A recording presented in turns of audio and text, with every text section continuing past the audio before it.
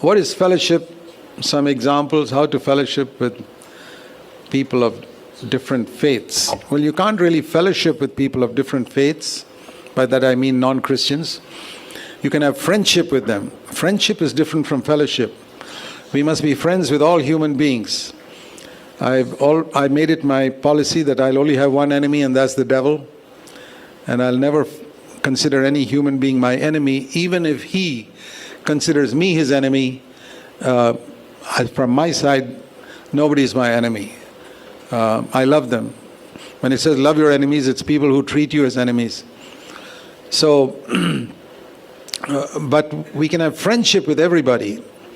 But fellowship is true Christian fellowship, as we saw in 1 John 1, comes through God. That is true fellowship. You know, when we speak about the church as the body of Christ, how do these two hands have fellowship?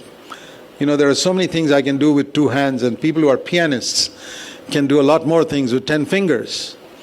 And you see a really good pianist, how the fingers move so perfectly, with split-second timing, and even the foot touching the pedals. It's so fast. And it's, how do these two hands work together so well?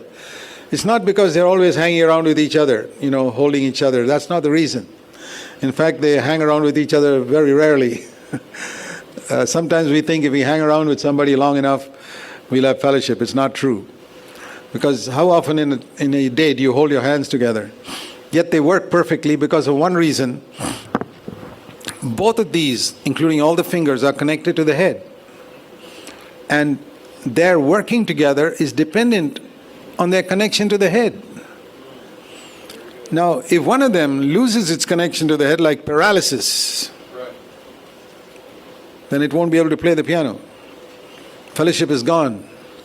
Fellowship is gone because the fellowship with the head is gone. That's why John says in 1 John, our fellowship is with God first of all, and then with each other. So it comes through the Lord. That's why I always say the best way to love your wife is to love Jesus first, and more than your wife. Then you will be faithful to her and love her much better than if you love her horizontally. Through Christ you'll be faithful to her, devoted to her, and be sacrificial everything. Same way with one another. So fellowship is dependent on your fellowship with God. Now I've proved this in different situations where, you know, I meet someone, say after 1 year. But during that 1 year, I've been walking in fellowship with God, and he's been walking in fellowship with God.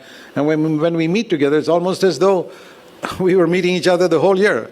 It's just as good as having been together the whole year, because we've been walking individually in fellowship with God. So that is the way to build fellowship, which builds the body of Christ.